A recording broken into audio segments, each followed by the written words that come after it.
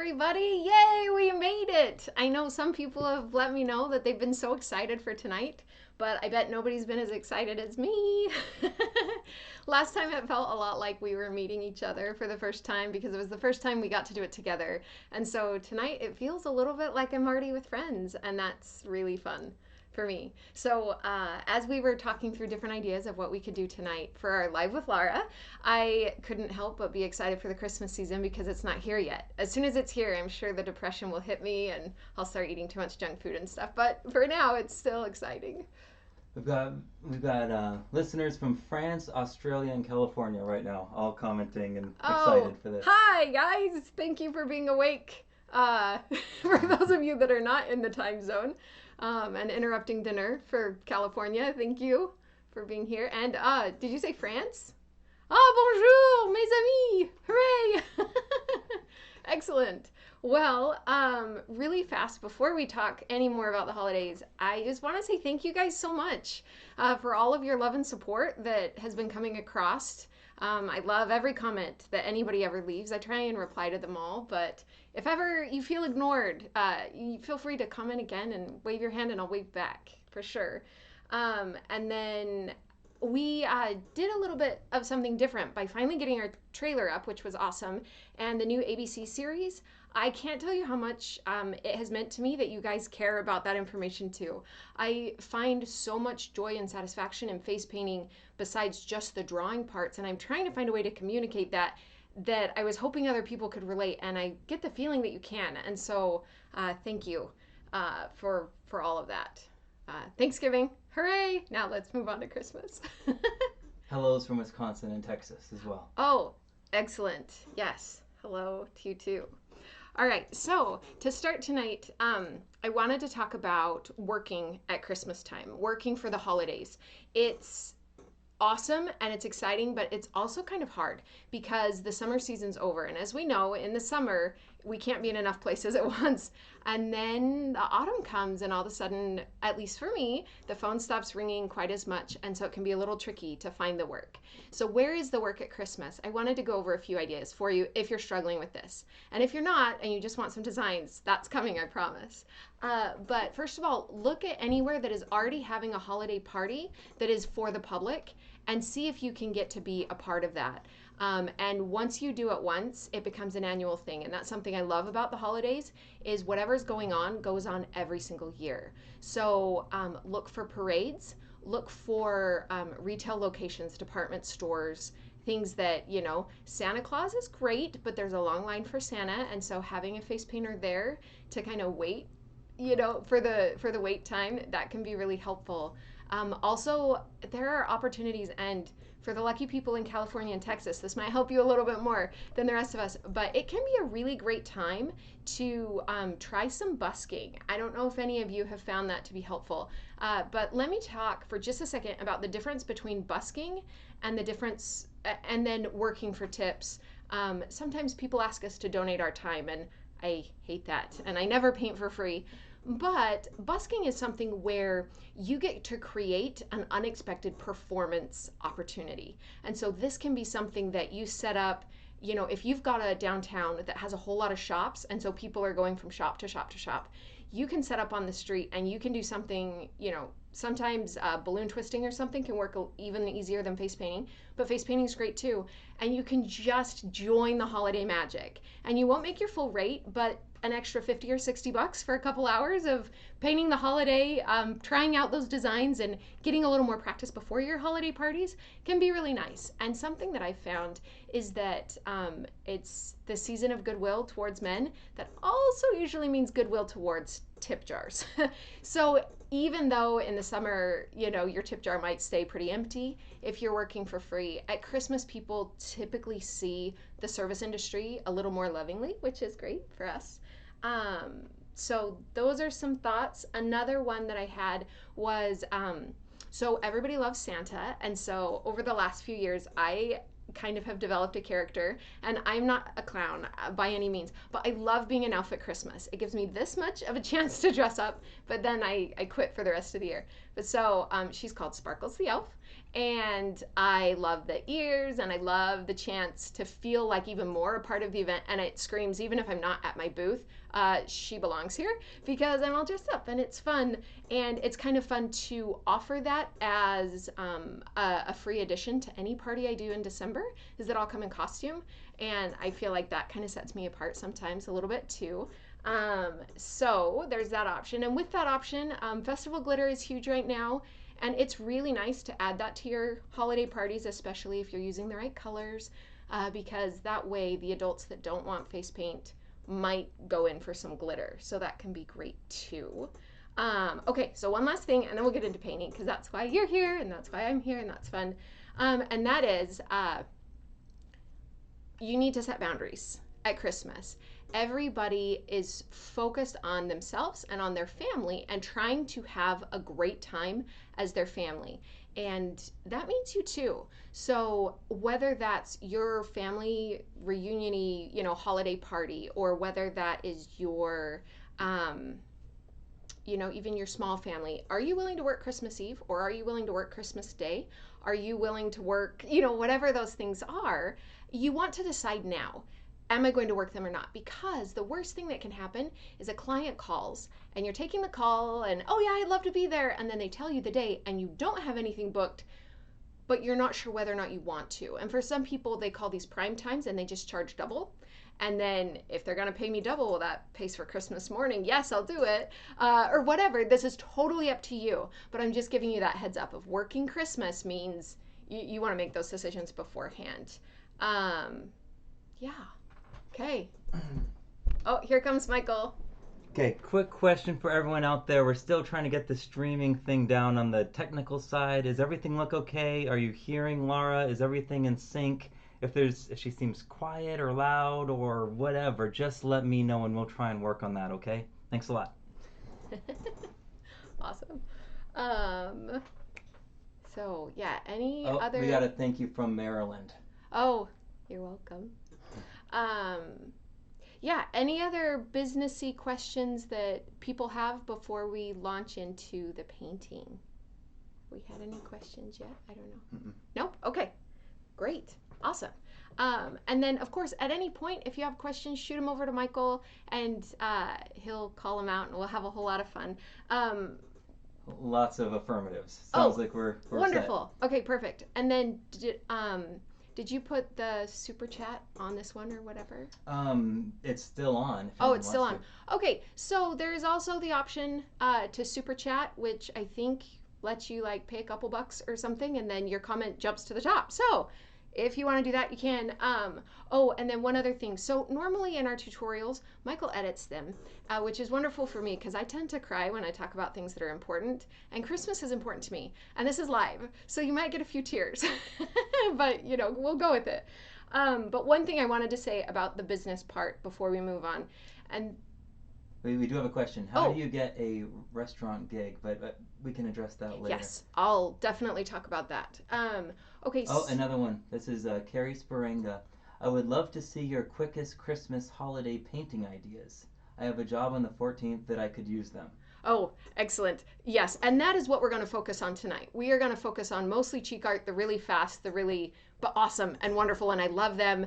And then through December, you can expect some more typical tutorials of the larger designs. So that's kind of going to be my focus. But of course, I'm sure we'll end up into big designs too. That's just kind of how things roll. But what I wanted to tell you is that I really miss having the culture of a company, of working 9 to 5 and the Christmas party and Christmas bonuses and the Christmas cheer and the Christmas toasts and all of that that I had when I had a job. And now that I work for myself, it's like, hello, the reindeer can be here. Anyway, so this kind of feels a little bit like I'm having a Christmas celebration with people that do what I do. So anyway, this is kind of our Christmas party, I guess.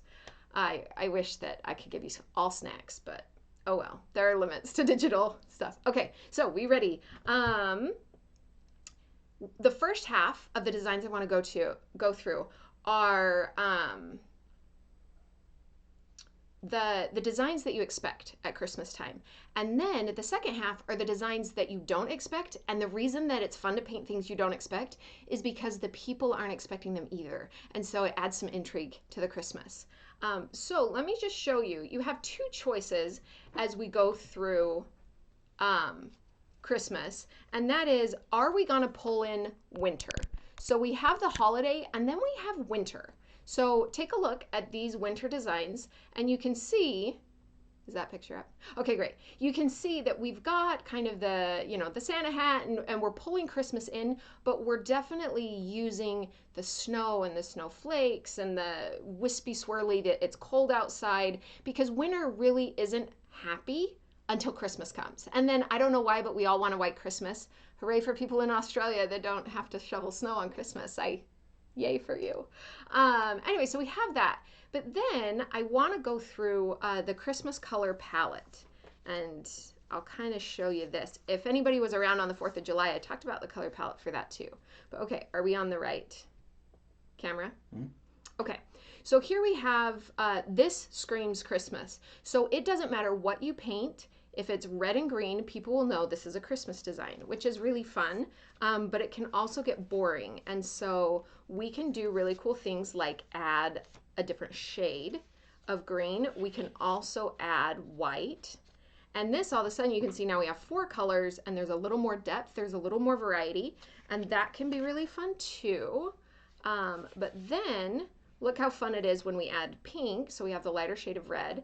And this is my basic color palette for Christmas. You could make rainbow cakes or split cakes with these colors and then be able to sponge them on or brush them on or whatever. But I want to go even crazier than this. So look how fun it is if we take the red away and we just use this as our color palette. Now it isn't super Christmas, but if you paint something that's expected as Christmas, like if you paint a Mrs. Claus, for example, or even Santa, and you put Santa in a pink suit, you better believe that little girl is gonna think she has the coolest Santa ever and say, when Santa comes to my house, he has to change his suit because my favorite color is pink, or whatever. Like it's so much fun to play with. So you want to keep one of the basic Christmas colors, but then you can substitute the other one. So if we keep the red and then we bring in the gold, this is a horrible, ugly, mustardy brown color, but please pretend it's gold. I can put some glitter on it for us. But you can see that this also reads holiday. They might not jump to Christmas quite as soon, but anything that has a big gold star and a pretty red ribbon is going to feel holiday for us. So we can then, this goes on, and we can talk about palettes forever, but let me just show you another one, because I feel like understanding the colors that you're choosing really gives you a whole lot more options without having to learn any new designs. So gold, silver, and white is so beautiful and so classic for holidays. And we've lost the red and the green, but still, a couple bells and some swirls and you're in business. So anyway, okay, again, I could talk about color palettes forever, but let's get to it. Okay, before we do any more painting, we've got a question from Sandra Taylor. Before we do any painting at all. Okay, Sandra, what's up? I'm still new and find that after October I don't get gigs until summer. How can I get more winter events? That is a fabulous question. It's a hard one.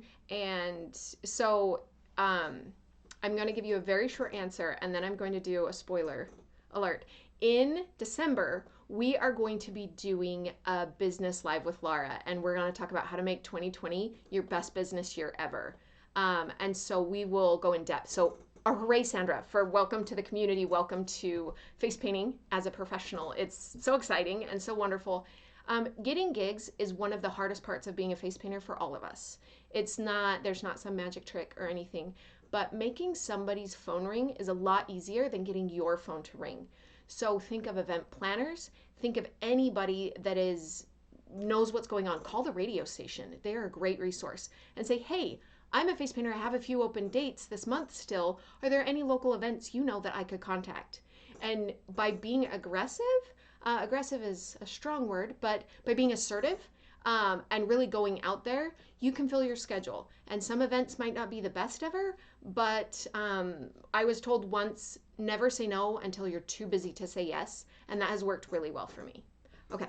And we can add the next in our ABCs of face painting series Mm-hmm. is going to be about business. And we're Yes. going to be uploading a lot of business related tutorials. So for Fab Faces by Ebony, I think we'll have a whole tutorial about how to get a restaurant gig. Yes, and we've got yeah, I have so much to say about restaurants. So I think we might end up with a full YouTube tutorial on restaurant work because there's a lot to say.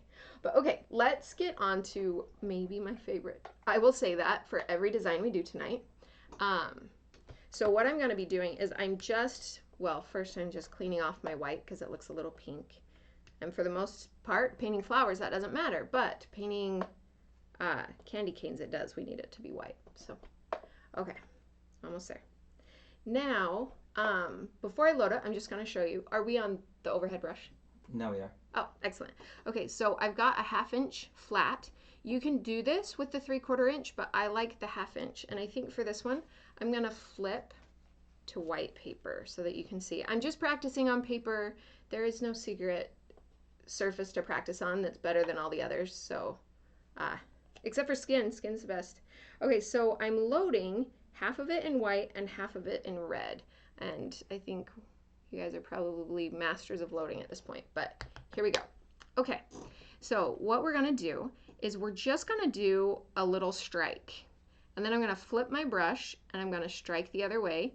And then I just in my head am kind of figuring out what curve I want. If that's hard for you, you can easily draw this curve in white paint so that you get a shape and then you can just feel like you're coloring that shape. All right. So move the paper a little up. Yep. Great, perfect. Is that good?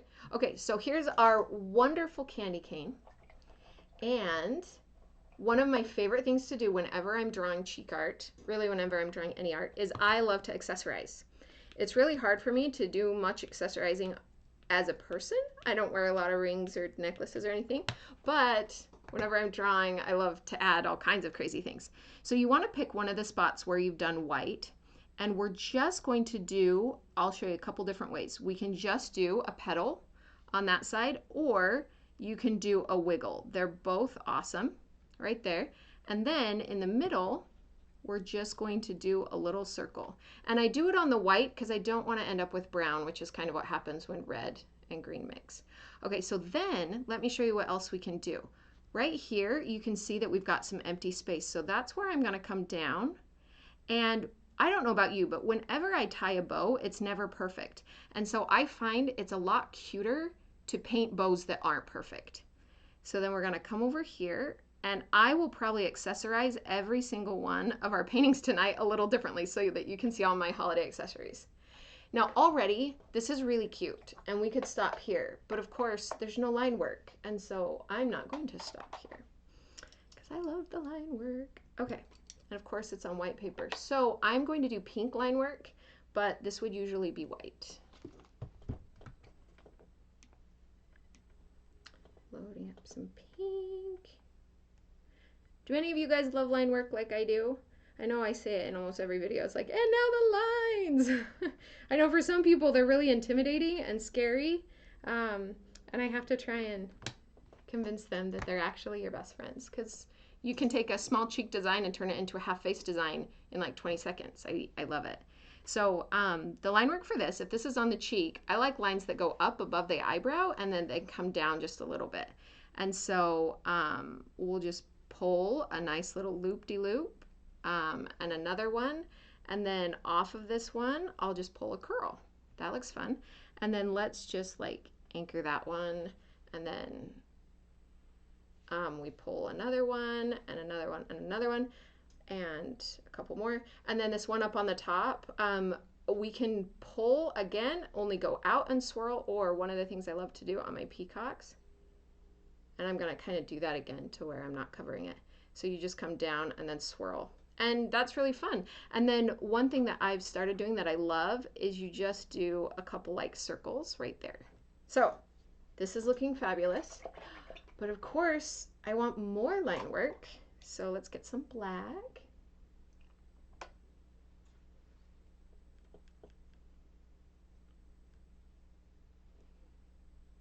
And as you can see, the outline of that candy cane isn't very smooth.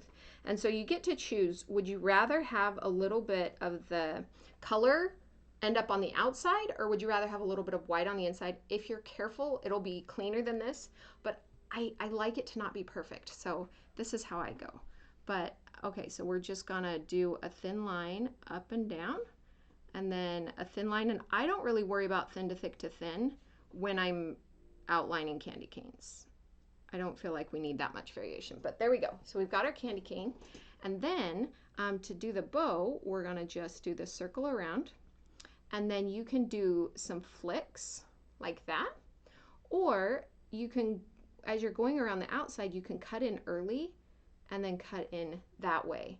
And either way, I think it makes a really cute bow. So we're finishing on that side, and then we've got our cute little end of the bows. Lots of love for lines from Amanda. Oh, yay. Amanda, me and you are line buddies now. It's a thing.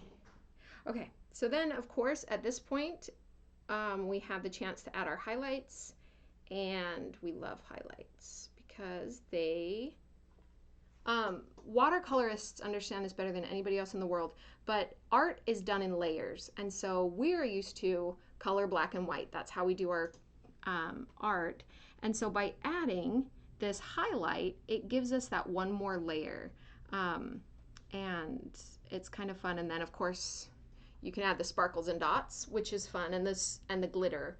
But since we're on white paper, you wouldn't be able to see it, so I'm just going to skip that. But anyway, okay, there's our first one. So on the first tutorial of Christmas, my true love said to me, here we go. Okay, awesome. Talk about people holding candy canes, how to bring them into character designs like your dinosaur. Oh, That on. yeah, absolutely. Okay, so candy canes as an expected design are fabulous because they say Christmas quicker than almost anything else. We have a few other things that say it really fast, and we'll go over those. But I love painting candy canes, and so I try and sneak them in wherever I can. So if, you know, and this is something that happens where the little boy has to have Spider-Man, and mom and dad really want him to get something for Christmas. And so you can do these blended designs, like you can see the dinosaur with the candy cane, can be really fun. And it lets you, so for me, strong rule, the kid always wins, or whoever's face is being painted. The person in the chair has the final word. And that's really important to me.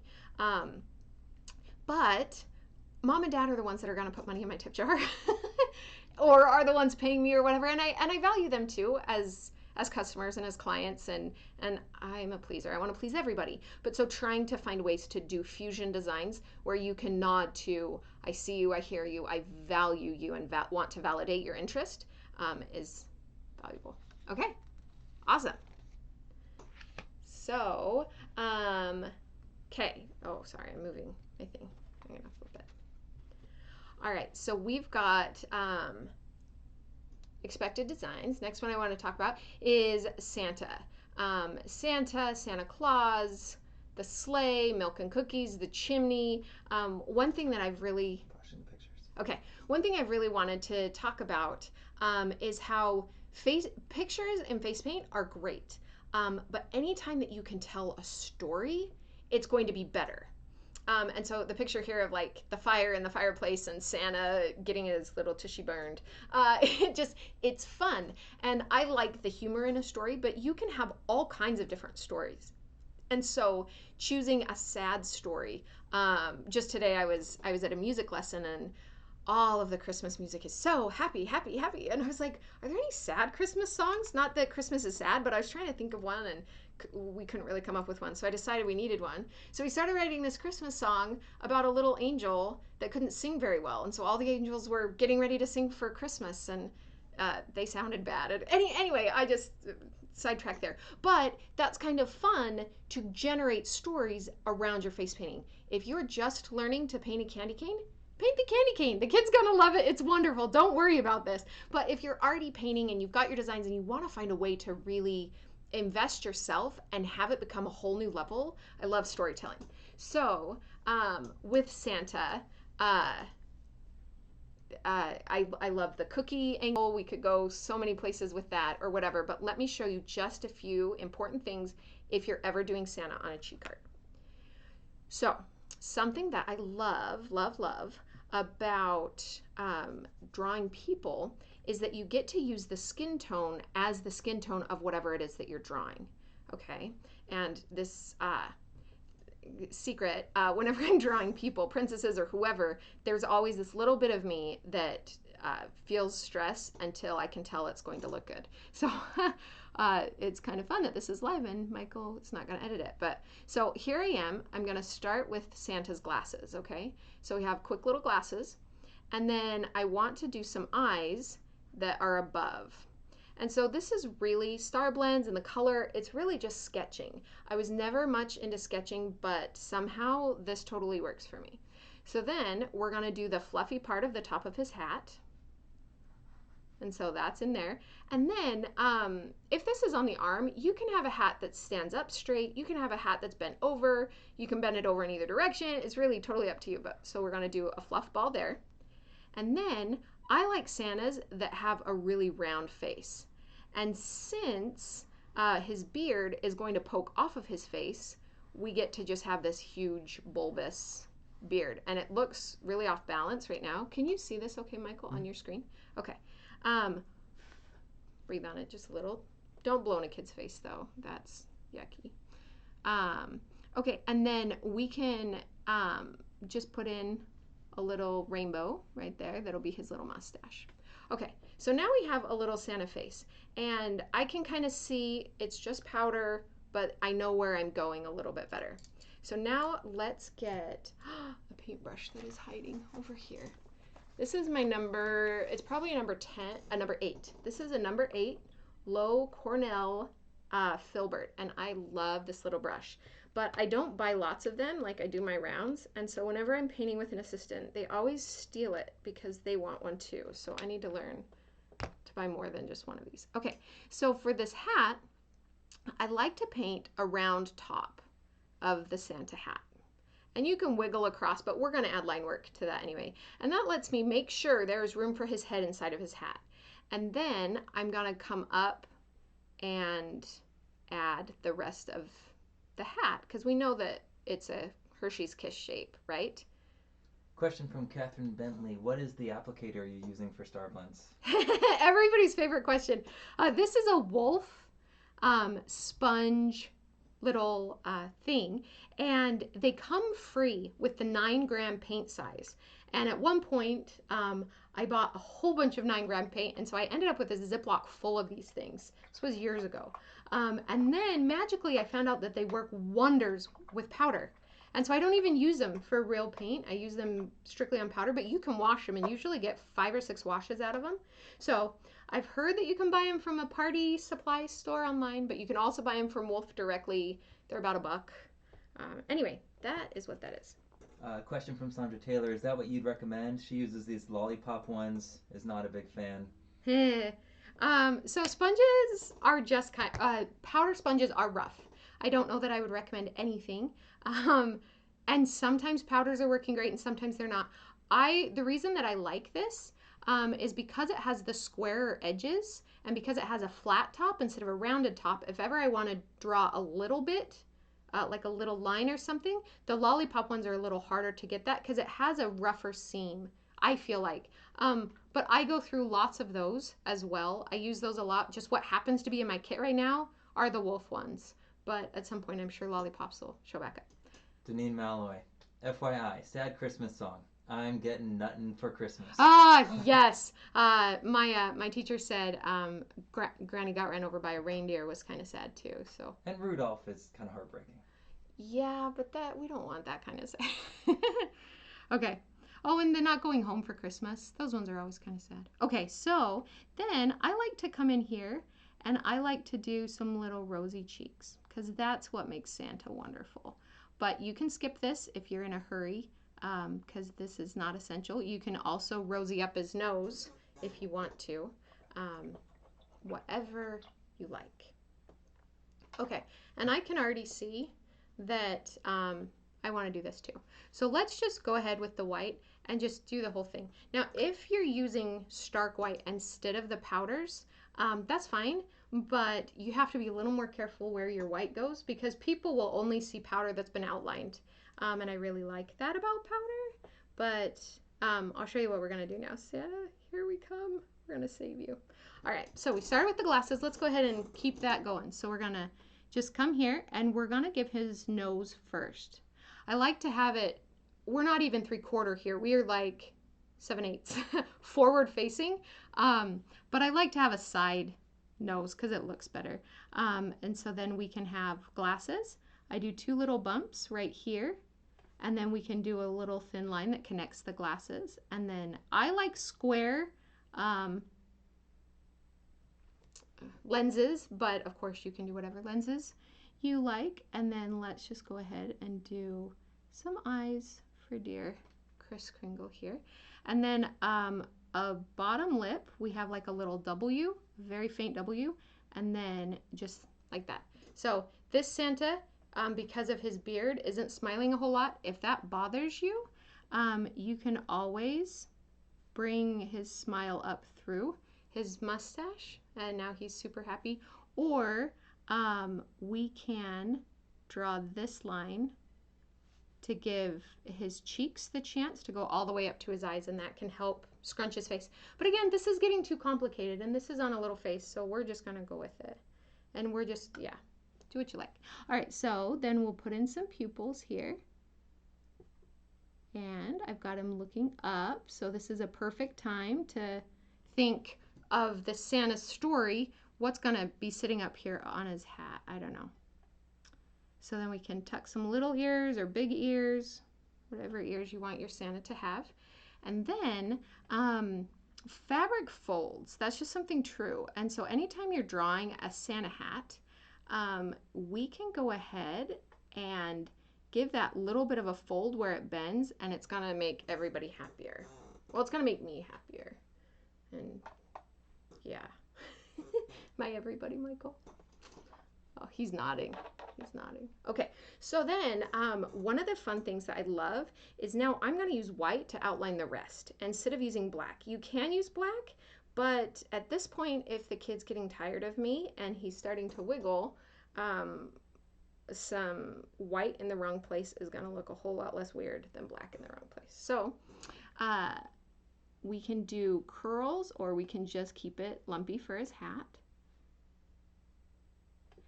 And then we can come in with some heavier dots for his actual hair. And then you can do curly or straight for his mustache, but let's give him some dotted sideburns for his hair. And you see how having the stark white and then the powdered white gives us 2 different whites. So now he doesn't look like his hat is all hair. I find that nice. Okay, so then we have this little cotton ball there, and then I like to have kind of a, like my clouds, whatever. We can even curl it in the direction that we're going.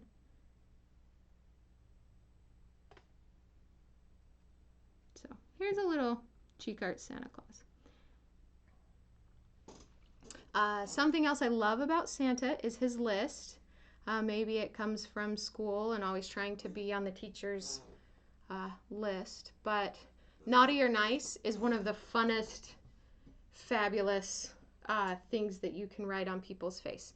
So here is our design number 2. But how funny would it be if a kid asked for Santa and you wrote nice ? Like he's thinking. We can even cloud bubble it. You know, or naughty would even be funny. But so that's my sense of humor coming out again. Okay, do we have any comments or anything? Jennifer Ray Hill suggests foam cleaning swabs from Amazon that are like lollipop blenders but rectangular. Work well for her. Oh, nice. Thank you. That's awesome. Okay. Have we shown the Santa hat pictures yet? Mm-mm. Okay, so you saw this little hat. Imagine we skipped all of that and we did just this hat. This hat is awesome and fabulous, and my favorite place to put it is if you make it a little bigger and put it on somebody's eyebrow so that it looks like it's hanging off of their face. Like, We don't have that. Oh, I know. We don't have that one. I'm just gonna show them. Okay. I'll just. So you have somebody's eyebrow like this, and then you just have the hat. It can be an elf's hat, is really cute, or it can be a Santa hat.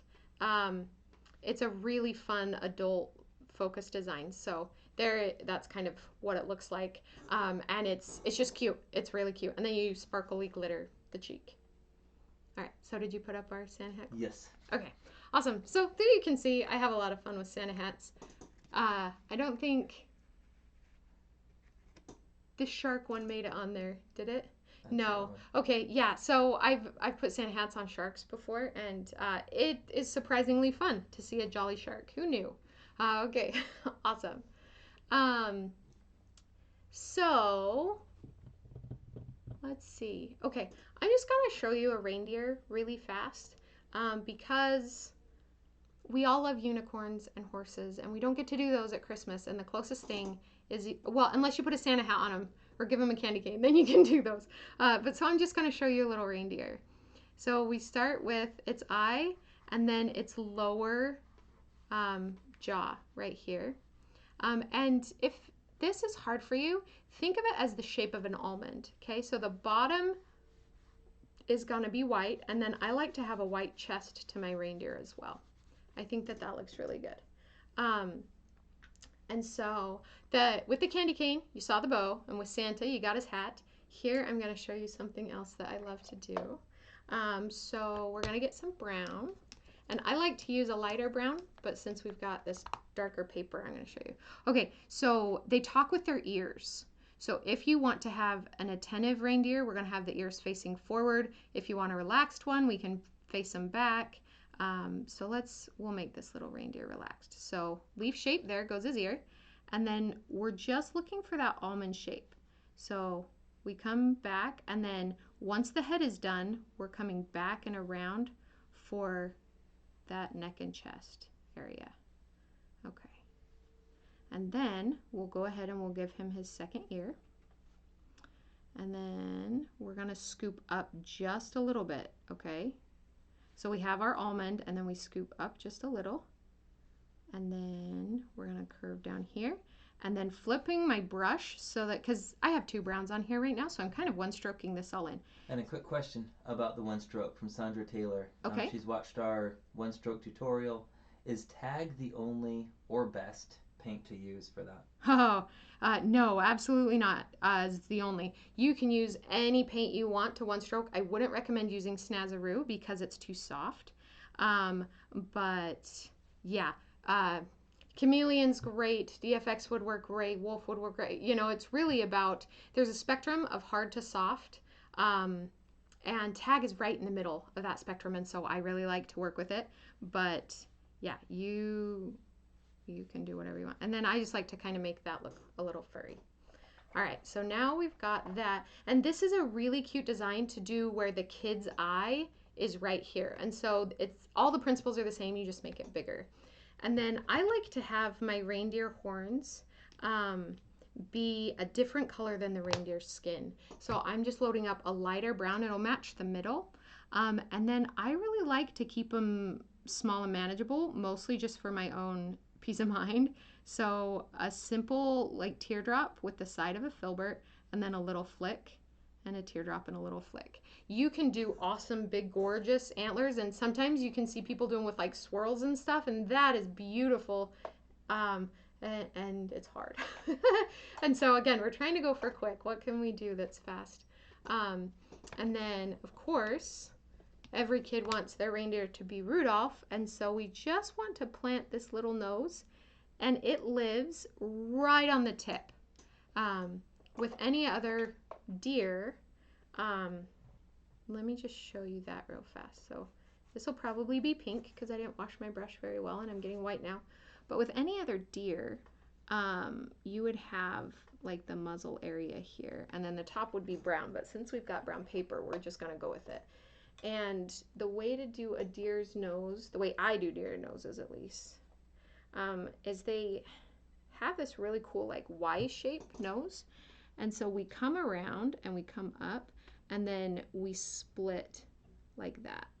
And then we have the chin here and we can fuzz the chin or whatever. And I'll show you the rest. But this is kind of what their nose looks like, and you can even get rid of those corners a little bit.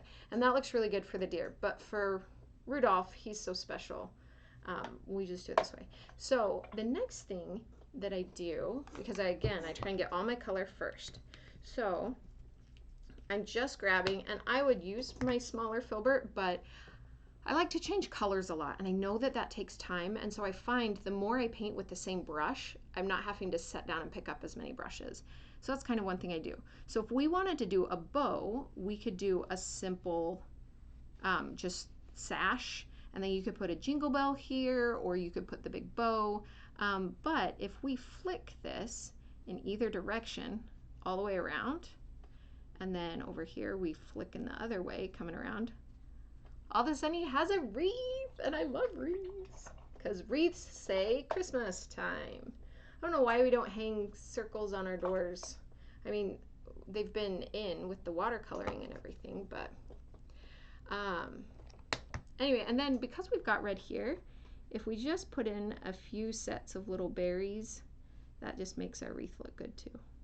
So there we go. All right, now let's just throw some lines on him.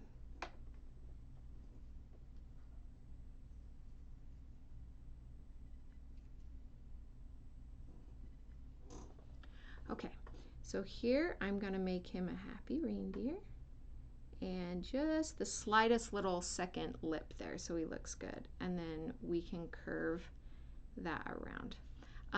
And you can see here I added a little bit of chin whiskers, and you can do that. It'll make him look a little older, maybe, and then we can curve there. And then I like to have a little bit of like fuzzy hair kind of right there, and then come down. And then here we've got an ear,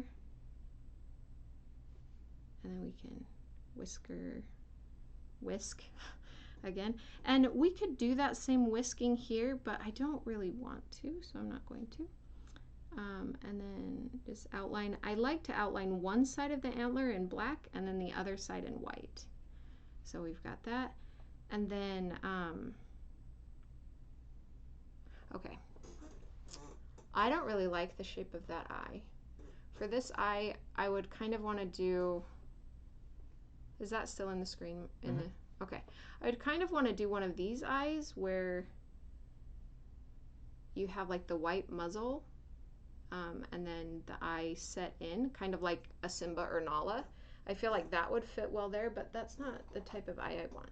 So if this happens on the job, I just grab whatever brown color I use, and I would rather have a smaller eye and do more of a traditional eye. So I'm gonna just, there, that looks better to me. So we can go up and we can go down. Rudolph is one of the few designs that even though I might be painting it on a little girl, I'll go ahead and leave it without eyelashes, and then we can add some little eyebrow lines. And I don't really care for this really strong line, and you can play with, you know, adding the whole top lip can be brown, or you could do the whole thing in brown and just have the little white chest. That would look really good. But so if this was on an actual face, I would soften that with a damp brush. But again, totally up to you, and these are just little tiny tweaks and details. I also don't want to spend the time to try and outline that wreath because this is a reindeer, it's not a wreath. And so instead, I would just come in and add Christmas magic. Yay! And then instead of outlining the nose in black, I would just do a white highlight that was big. And don't forget to show that this nose can shine. So here we have a wonderful reindeer. And of course, I like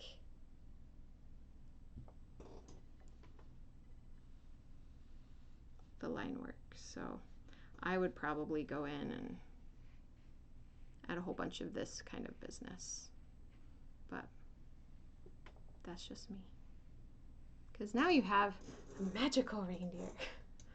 Anyway, right. So I'm flashing up the pictures of your cheek and eye reindeer. If you could. Oh, awesome. Yeah. So this little reindeer is great, and you can put him wherever you want. You can put it on around the eye, you can put it on the cheek, you can do it on the arm, or you can even put him right in the middle of a mask and then do your butterfly wings and make it all fancy, and add wreaths to everything. 15 minutes left. Um, so maybe we could just talk through the pictures of each of those remaining of the expected designs and move on to the unexpected. Does that sound good? Yeah, that sounds great. So since you guys are amazing and you are the live people here, I think we have time probably for 2 more designs. So would you guys like to see a quick present, a Christmas tree, some holly, or I love doing little elves, or I'm going to show you a jingle bell either way. We've got ornaments or pine cones. Christmas lights are one of my favorites. Any of those stand out to you guys? It takes a little time for us to get the comments. So yeah, no, that's fine. But let's just start talking about the pictures that we have, if that's all right. Yeah, why don't you talk through and show pictures that you want to, Michael, and I'm going to just paint a jingle bell. No, that sounds like a horrible idea. So presents. We've got a present up now. Okay, awesome. So with presents, they're really fun because they're so cool with 1 strokes. You just do 1 dash of one color and flip it and do 1 dash of the other color, and then just do the little bow that we did with the candy cane, and it's easy and adorable, and adding the little name tag is so much fun, and you can write whatever you want. So you can write to mom on it, and then you'd be like, you're your mom's best present for Christmas or something, sappy. Okay. We are having an overwhelming response about wanting to see a Christmas tree. Excellent. Okay, so let's talk trees. But first, I want to show you a jingle bell, just because this took me forever and it will only take a minute. So I am just putting on some yellow. You can do gold, but I don't really like gold. I would rather use yellow and then put on gold sparkles. And then up at the top, we just do a little half circle. So we've got a circle, little half circle. And bells are wonderful because you can put them with anything. And then I'm hopping to black, and then we're gonna do a Christmas tree. Yay! Okay, so I'm going to outline everything all the way around except for half of that little top circle. And then we just do 1 loop, and then we do a second loop that connects. Okay, so we already have that part of the bell. Then we're going to do a ball that's almost in the center and draw a straight line down, or even curve it just a little. And then we do a half circle over here and a half circle over here. And if we're doing a whole bunch of jingle bells, we can even get really careful and try and get you the cross right there underneath. But that's breaking the rules just a touch to do that. So I usually only do 1 like that if I'm doing 2 bells, but if I'm just doing 1, that's how I do it. So then we do our little dots and whatever. Okay, hurry for jingle bells. Can you talk about how to use the bells in a mask? Oh, absolutely. So, Christmas bells are ringing, jingle bells, jingle all the way. Like, bells are a big part. And so I like to do maybe 2 bells. And then they are beautiful with a ribbon running through them. They are beautiful with a bow and a ribbon. But they are also beautiful if you nestle them in some pine boughs. And this is kind of like a Christmas tree. So I will show you this. This is going to blow you guys away, unless you already do it. And then you're probably nodding your head like, yes, I love this. But okay, so here we go. Think feather. And we just, this is so fast. It's ridiculous. But we just hop down our little thing, and this is a little, hey, why are you laughing? Holy macaroni and cheese, you made that look so stinking easy. Okay, I thought that was from you, Michael, being like, what is she showing them? Okay, and nature always comes in 3, and I like one that's a little shorter, and so there we go. Boom, chakalaka. Oh yeah, I love it. I love bells. And so that is a very Christmas, but you can put that on a boy, and he's not going to be like, oh my gosh, I have Rudolph on my face. Anyway. Quite a few requests for holly too, so maybe holly. Okay. Holly. Okay, awesome. So we have green. Let's do green. Tree and holly. Okay, so here we go. Christmas tree. So I'll flash up the picture. We've got the one with the jewels and the one with on the nose. yes, so you can see I like painting Christmas trees on the nose. It's funny and it fits the face quite well. You can also, I think one of the ones on there, you can do green on the eyelids and then do fancy things on the sides of the eyes, which makes it even more fun. But trees are tricky. And so thank you to the Grinch. You can bend a tree around an eye. Is that in the collage?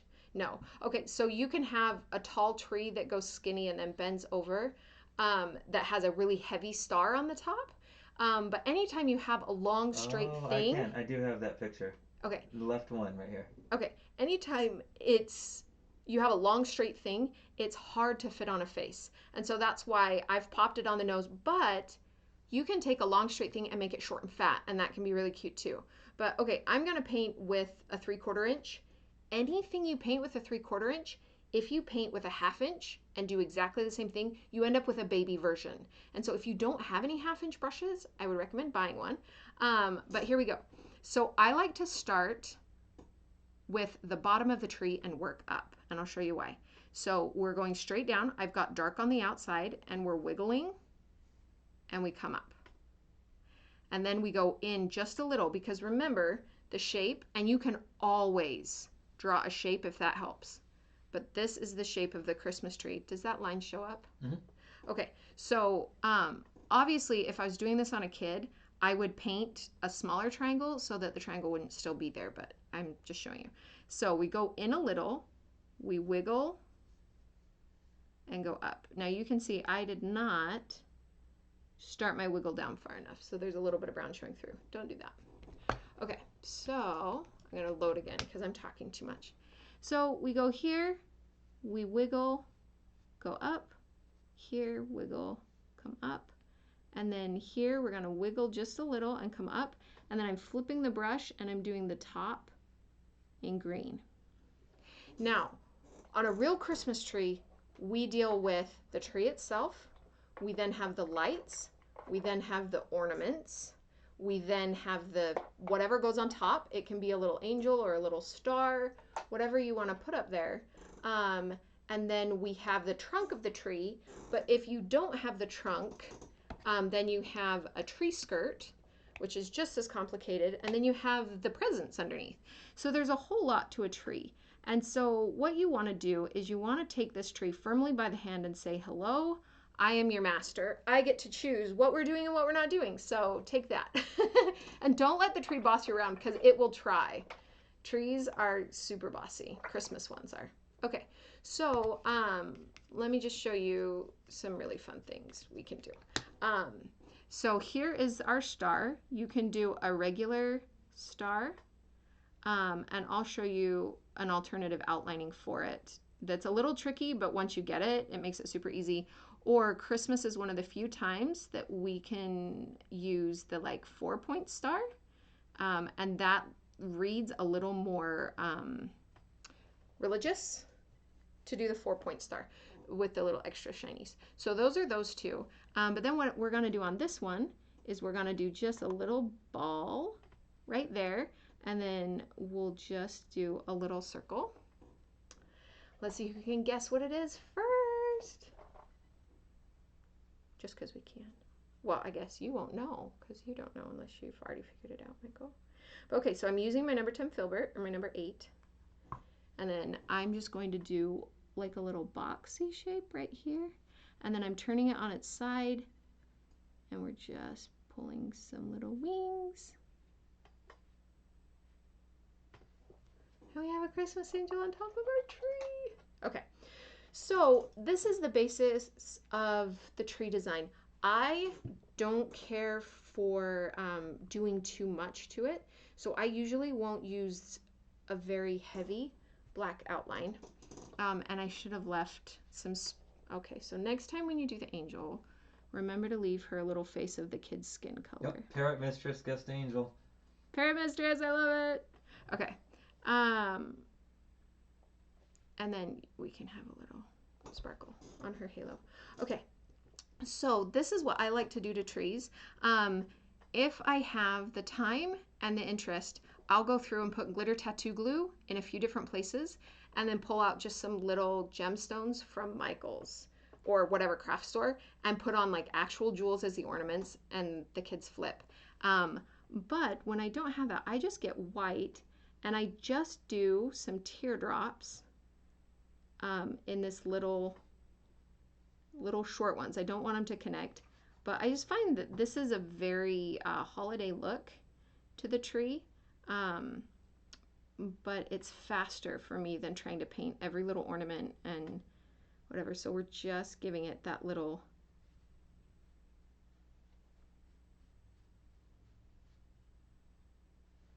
Anyway, and then on these edges, if you want, you can curl them.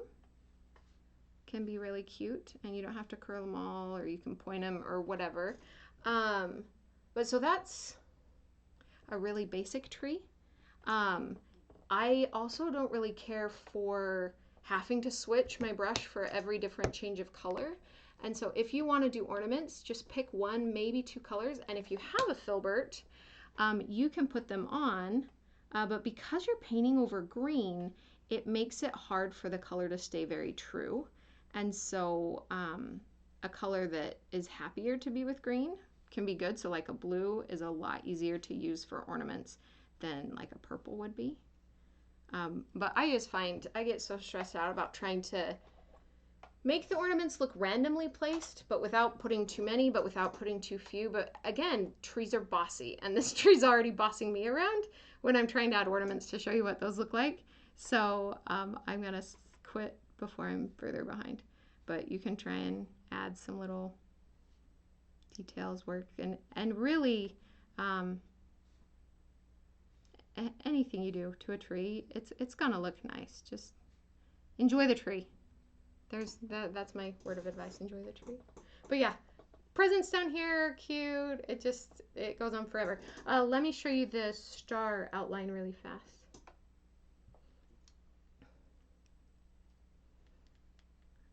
Okay. I'll try not to mess this up. Okay, here we go. So we're gonna do the outline of the star.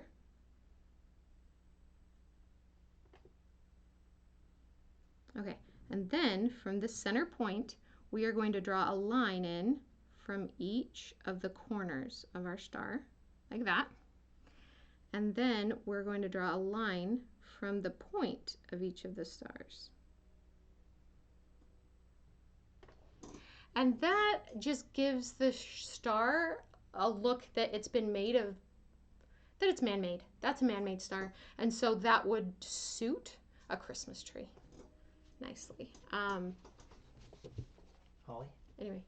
Huh? Yeah, okay. But are we good? Uh-huh. Okay. All right, so one fast bonus feature. This is the encore. There we go. Yeah. All right, so, and it's kind of a double bonus version. Let me show you what we're going to do. So, holly and the ivy, right? But nobody ever asks for ivy at Christmas, so we're all stuck doing holly. So we do 2 lines, and then we just, and really I would prefer the 1/2-inch brush, but we'll use this one. We're just pulling down like that. So it's kind of an arrow shape. And then we do a U next, and then we do an arrow. And so you can see it's a lot of pivoting your brush, and it's a lot of picking up and putting down.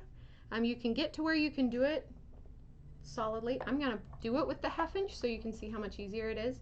You end up coloring in the middle a little, but it's a little less intimidating.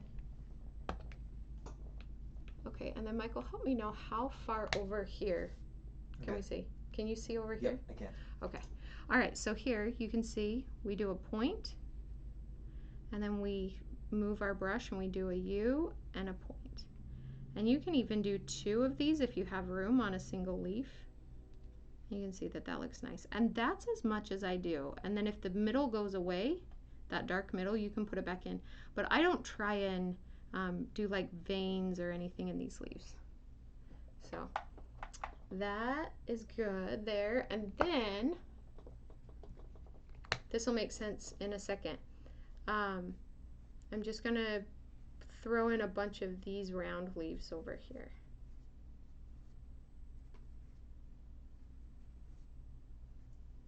Okay, so holly is one of the funnest things to paint for Christmas because it's just pretty. It's like the flowers, you know, or the poinsettias of Christmas time. And so this is red and pink. You could do it with just red and then add a little more color later.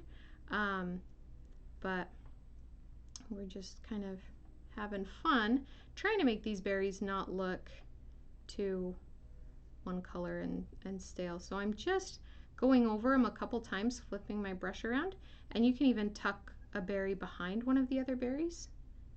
I feel like that's what that berry, where that berry wants to live. Okay, I'm having too much fun now and changing things too much. Okay, awesome. So there are berries. Of course, this is a very easy one to shadow. And so if this is on a gentleman, not that we paint holly on gentlemen too often, but you know, you can add just a little bit of a drop shadow here. And that's fun and nice. Or the swirls or the fancy curls. And I think, have you put up our holly pictures I yet? haven't, but yeah, can you speak about placement for a little bit? Different ways to use holly on the face? Yes. So think of holly anywhere you want to put flowers. So on the side of the eye is probably my most common place, but as the center of a mask or a crown, that can be great. Berries often have a little place where it was attached to the tree, and so having a little round ball as you do the highlight can be nice. You can also do hash marks and then around again. This really is whatever you want. And then just filling the back with swirls. At the holiday times, you can add different colored swirls that can be really fun. You can add green swirls or whatever you'd like. And then, of course, I would probably go in and outline it all in black, but you guys can imagine what that looks like. And then over on this other side, this is important to me, that anybody that learns holly also learns mistletoe, because anytime somebody asks for one, I make sure I know which one it is that they actually want, because there are two Christmas berries and one is holly and one is mistletoe. So this is what mistletoe looks like. It's a parasite plant. It actually grows on other plants. Some fact checker's gonna, when I give you guys information like that, it's gonna call me out on it sometime, but pretty sure that one's true. You can highlight your leaves, of course. But yeah, it's just this little white berry, and there's more berries than holly usually has, and little round leaves. And this is the kissing plant. So this one, you don't get any kisses, but it's often on the tops of like fruitcakes and stuff, and it looks really pretty. And this is the berry that most people associate with Christmas. So if visually in their head, if they ask you for mistletoe, sometimes they're disappointed when I paint this, because this is what they actually wanted. So could you talk about the mistletoe mustache? Oh, of course. So I love, my favorite place is to put it up on the forehead. But this gentleman needed a mustache of mistletoe so that he could get more kisses. And it was kind of awkward, but his wife was there, and that's where he wanted the kisses from. So yeah, so anyway, go ahead and show them that. We've got a question from Sandra Taylor. I find my designs getting busy. How do I keep from design overload? Oh, that is such a good question. Okay, so there are lots of ideas that are going into your design. If it's busy, it's because so much is happening. And so sometimes you have to embrace your inner busy and let it be. What are we looking at? Are we looking at me right now? Mm-hmm. Okay, I was talking a lot with my hands, and I feel a little strange when I do that and nobody can see it. Anyway, so if your designs are getting busy, either there are a few different things. You can embrace your inner busy and just make them even more busy. Add more teardrops and some paint splatters. And I don't know if you've seen any of the graffiti eye designs, but there is beauty in busy. That's a little intense for me. That's not really my style. And so as much as I love it and I try and paint busy sometimes, it ends up not. My style's much more illustration focused. But sometimes in that design, you have two different designs that are competing for focus. And so try and decide, okay, what is it that I'm saying here? What is the story I'm saying here? For me, this little tree we did, oh, Michael's getting you the tree again. This tree design, it's starting to go busy. And if we had the presents and we had a little elf peeking around from the side of the tree, it would look kind of busy. So some of the things that you can do to clean that up: simplify your story, pull in some of those extra elements that are trying to add pizzazz, and think, is this competing for focus? Know what your focus is. So on this one here, I knew that my focus was the jingle bell. So it got black outlining and these parts didn't. And so that can be something that you can use your outlining to focus the viewer's eyes. If it's looking busy to you, try and take pictures, and then in the comfort of your own home while you have a drink and you've recently used the bathroom, look at your pictures and think, why is this not what I wanted it to be? What would I change? And so you can look at it and you can think, well, okay, if this was too busy, then I can pull out some elements. I can simplify my outlining so that it's only on certain areas. Or you can also try and add a little bit of motion. Part of what looks busy to our eyes is when we don't know where to look. And so something, when you have a straight line, you don't know where to look, if you have a bunch of like competing lines. But if you give the lines flow, like you don't get much busier than a really intricate Celtic knot or a tribal tattoo.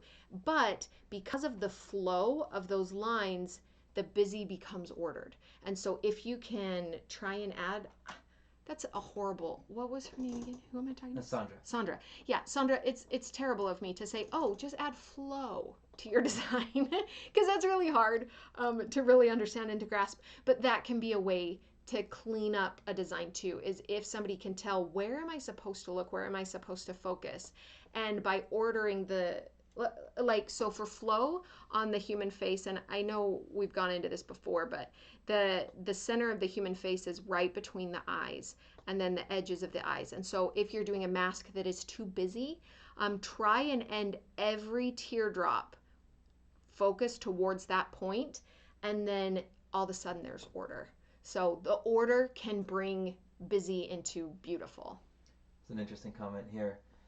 D. Moreno Guzman, taking pictures in steps helps to see a point where you should have stopped too. Yes, that is a great idea. Yeah.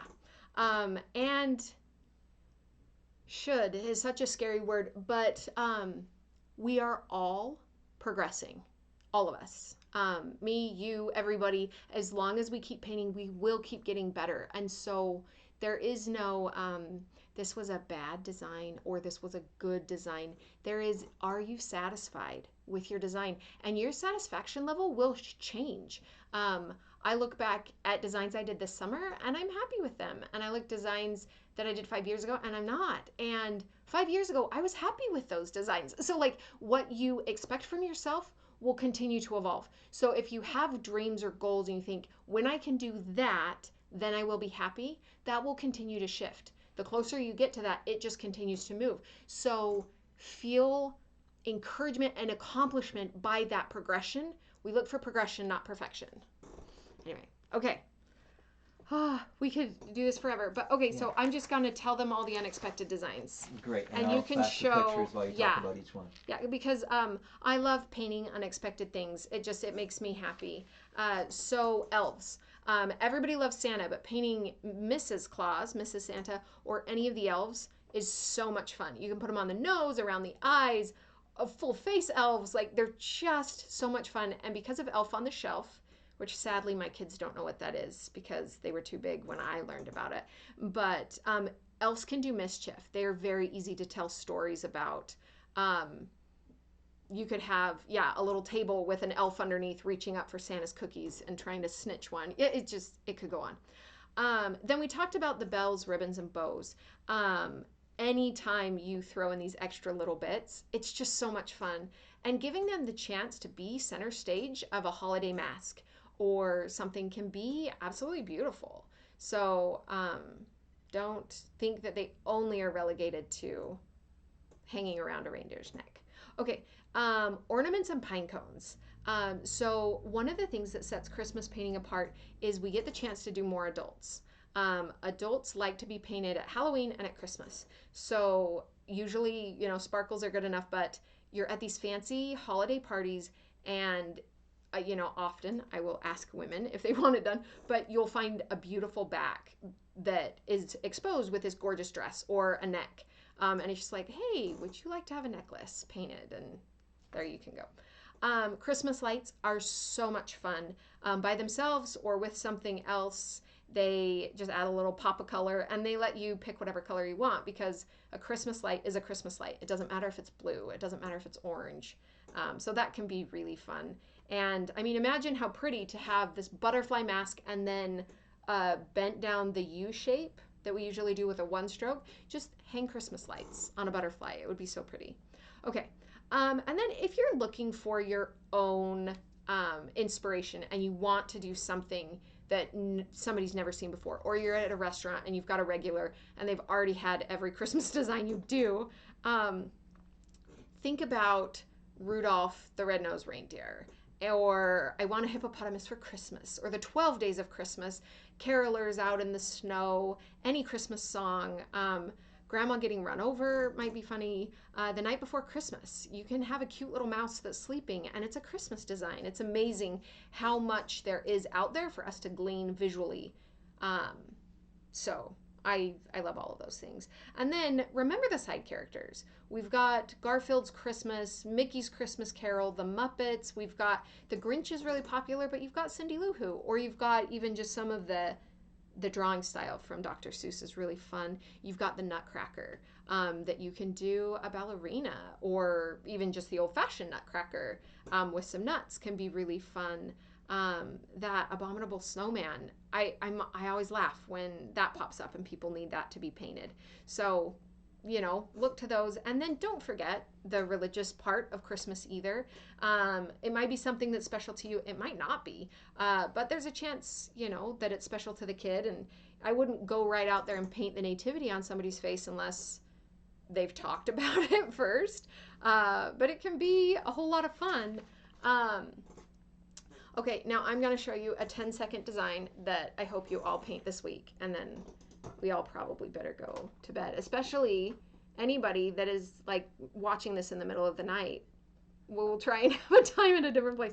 So, okay. Question before you do from Carrie Sporinga. I'm wondering if I should create a small seasonal sample board to show the people in line before they get to sit. If so, how should the pictures be displayed? Okay, so we've got a should in that question again, and I would say display them however you want to, and your board is yours, and you get to have the fun. So yes, seasonal designs are great. Having a sample board is wonderful. Word boards are really useful, where you can just write out what it is, and then occasionally you'll get a picky kid that's like, but what will that look like? But what will that look like? But they would be asking that anyway, so we don't base our decisions around picky kids. Anyway, but one thing that I do that I really like is any place that does photos. So I'll often do this on like Walgreens is where I print a lot of my photos. You can go in and you can create a collage, and you can do an 8x10 is a really nice size, and you just do an 8x10 collage of different examples. And I would only do them at the same price point. So if you have different price points, then you need multiple ones. Anyway, and then you can just show that 8x10, and you can put it in a page protector if you want, or you can, and it's nicer than having a book full of designs that they have to turn every page, because they can just look at them all at once and point to the one they want, and that can be a really nice way. That's what I'm doing currently. Anyway, okay, great. Any other questions? Or are we ready for a 10-second? Is this a roasted turkey? Yes, we're going to do a roasted turkey. All right, so this is very fast, and of course we could make this really busy because there's so much to do, but all you need to do is we're just going to do a little rounded circle, and then we're going to pull it out on either end, and then we're going to do a rounded. So this should look like a piece of cantaloupe, probably only in white. So here we go, and then from here we are going to do a line across the top, and then we're going to do 2 lines here and a little line, and then a line right there. Okay, and now in black, I'm probably already at my 10-second limit, but we're almost done. We're just gonna come up all the way over and down. We're gonna come up, over and down, come over here, wiggle it around, come up over here, and there we go. Of course, we've got to finish this up, but we have a roasted turkey. And this is just so much fun because it's something that nobody would ever ask for on their face, but you can add this to anything they want. So if they ask for a dinosaur, imagine how fabulous it would be to paint your dinosaur. I love painting fast and ugly. I hope you guys forgive me. Okay, but look at our fun dinosaur that's eating a roasted turkey. And I do sometimes where it's just the turkey leg, but the whole turkey on a plate it's just funny. I don't know. So happy Thanksgiving, everybody. But Christmas dinner, you sometimes get a turkey too. So that's great. I love it. Okay. Another question. What are you painting on? Paper? Yeah, this is just paper. It's craft paper, so it's a little thicker. Practicing, it's hard. It's hard to have something that you love. Plastic is really nice because your paintbrushes glide over plastic, and that's really awesome, except the paint doesn't dry, and so you can't do line work on top of something that you've practiced. But if you put that plastic on top of something that's already there, you can trace and learn a lot of things that way. So plastic is good in that way, but that is miserable. Silicone, which is hard to find, but that's what like the faces are made of that you can buy, that you can paint on. Silicone is wonderful. I recommend getting just a baking mat. So sometimes one side is textured and the other one isn't, but if you get a silicone baking mat that doesn't have a lot of a texture, that is the closest thing to skin that you will find. And sometimes they're even like a tan color, which is bonus if you get that. Problem with silicone is they are miserable to wash. They will stain, they will soak up the color, and then you're trying to do new designs, but you can see your last 3 different designs underneath. Acetone will wash them clean again, but then you smell like you've been at the nail salon. So that's kind of that one. Paper is my favorite thing to practice on, and the reason is, I'm sorry if anybody's watching from Oregon or Washington, because they're so good there to recycle everything. But I love practicing on paper because all the designs are we showing? We can. Above. Yeah. All the designs are still there. And so if you have a practice folder, and you can cut your paper into fourths or something, but you can keep your practice. And then over the course of 3 or 4 months, you can go back through and you can see, have I improved? Where if you are painting the best you can always paint and you're feeling dissatisfied, you miss that chance to be able to see your progress. So there's that. The reason that I also like to paint on paper is it absorbs. Okay, so skin absorbs water. Part of the reason that the paint is drying is because of the wind and the air and evaporation and stuff, but part of it is because skin absorbs water, and plastic and silicone don't. And so paper does as well, but it absorbs even more water than skin will. And so it's harder to paint on, and it forces you to learn to control your water.